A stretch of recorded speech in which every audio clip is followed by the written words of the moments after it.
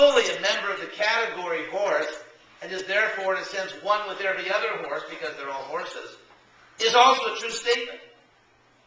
It's also a true statement. Anyway, we can go on and on like this, but suffice it to say that if you seriously look at the world, if you look at psychology, ontology, if you just look at the nature of reality, the obvious fact is that the things of this world are simultaneously one and different, and that's also the relationship between ourselves and God.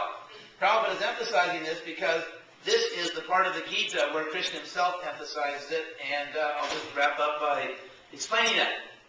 It comes at the end of chapter 15. Very interesting chapter of the Gita.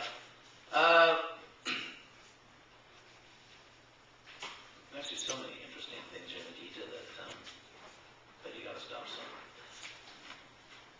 Yeah. Krishna,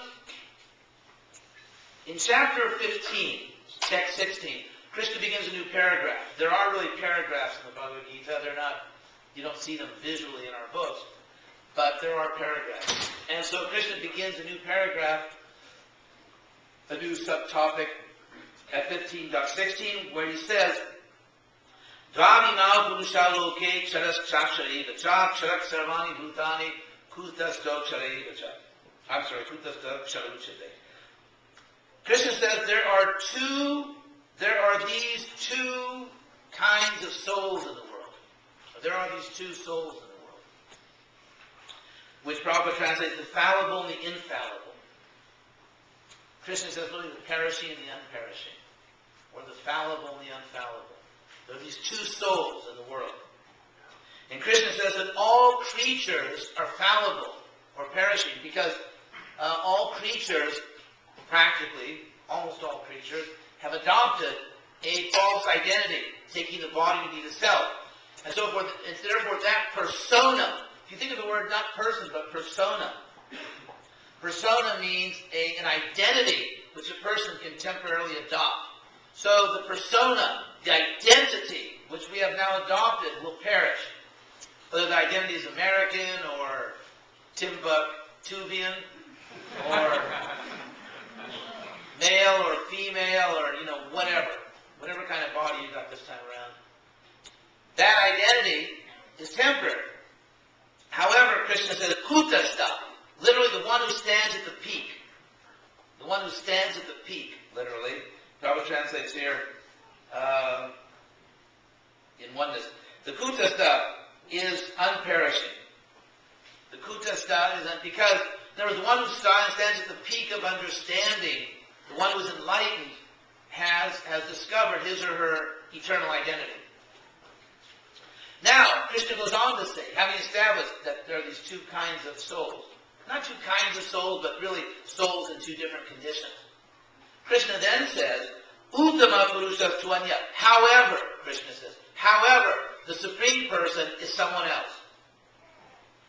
In other words, there are liberated souls, there are conditioned souls, there are enlightened souls, there are ignorant souls, but the Supreme Soul, or the Supreme Person, is someone else. It's neither of these two. It's quite clear. And Krishna says, and that Supreme Soul is declared to be the Paramatma, the highest soul, the one who pervades the universe and maintains it, the unperishing Lord. The unperishing Lord. Then Krishna says, Jasmat, which means because. Jasmat Ksharadadidaham, because it is I who am beyond the fallible soul, and even beyond the infallible soul, even beyond the liberated enlightened soul. Aksharada Vichotama, Atosmi, therefore, Atosmi loke vedecha pratita purushottama. Therefore, I am celebrated in the world and in the Veda as that Supreme Person. And then Krishna says, the verse we read today, one who thus knows me, without confusion, as the Supreme Person, that one knows everything and worships me with all their heart, with all their existence.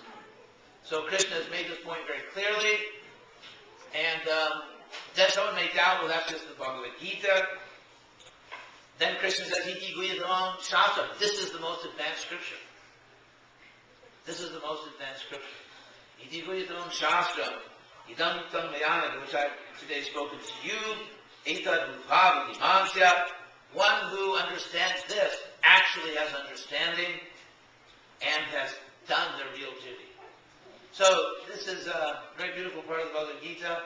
Krishna is very explicitly rejecting the preposterous idea that we are God. If we are God, we really have to radically change the definition of God. So, and then Prabhupada explains that in the purport. So, any questions on these points? Yes. Maharaj, I'd like to understand how you're using the analogy, the really nice points about the horse and category and cognition in a room and relationship.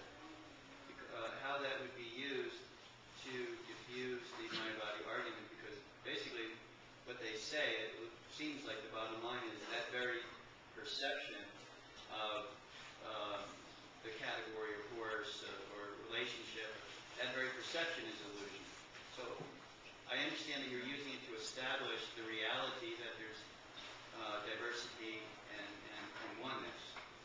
But when we come to the challenge of the very perception of diversity is the illusion, how does that play? Very good point.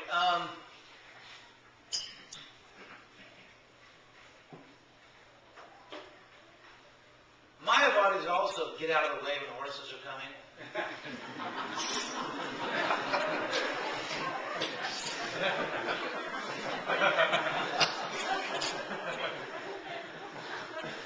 So,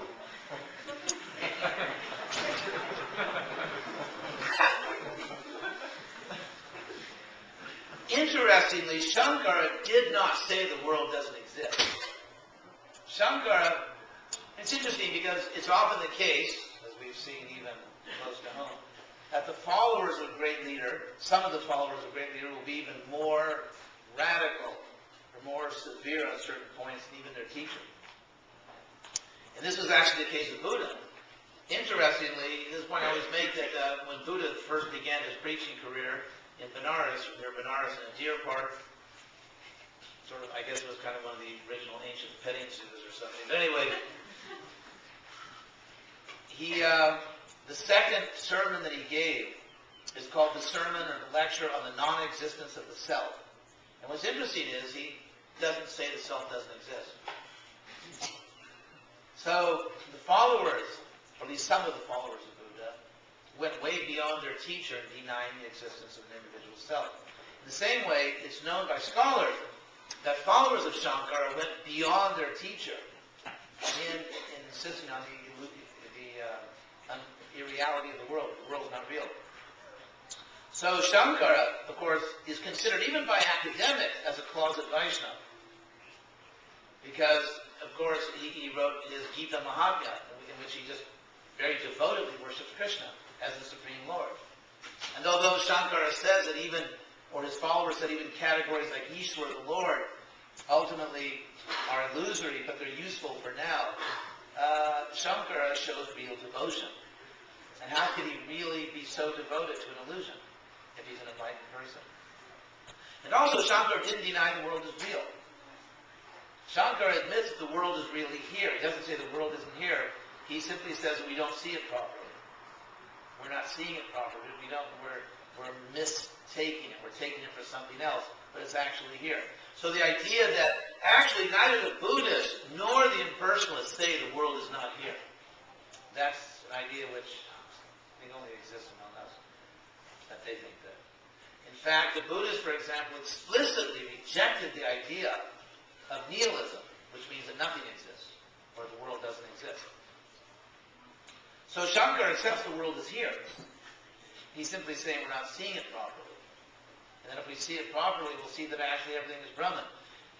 Now, because everyone practically sees the world is here, and everyone, based on the belief that there's a real world here, is functioning. and that those who assume there is not real variety become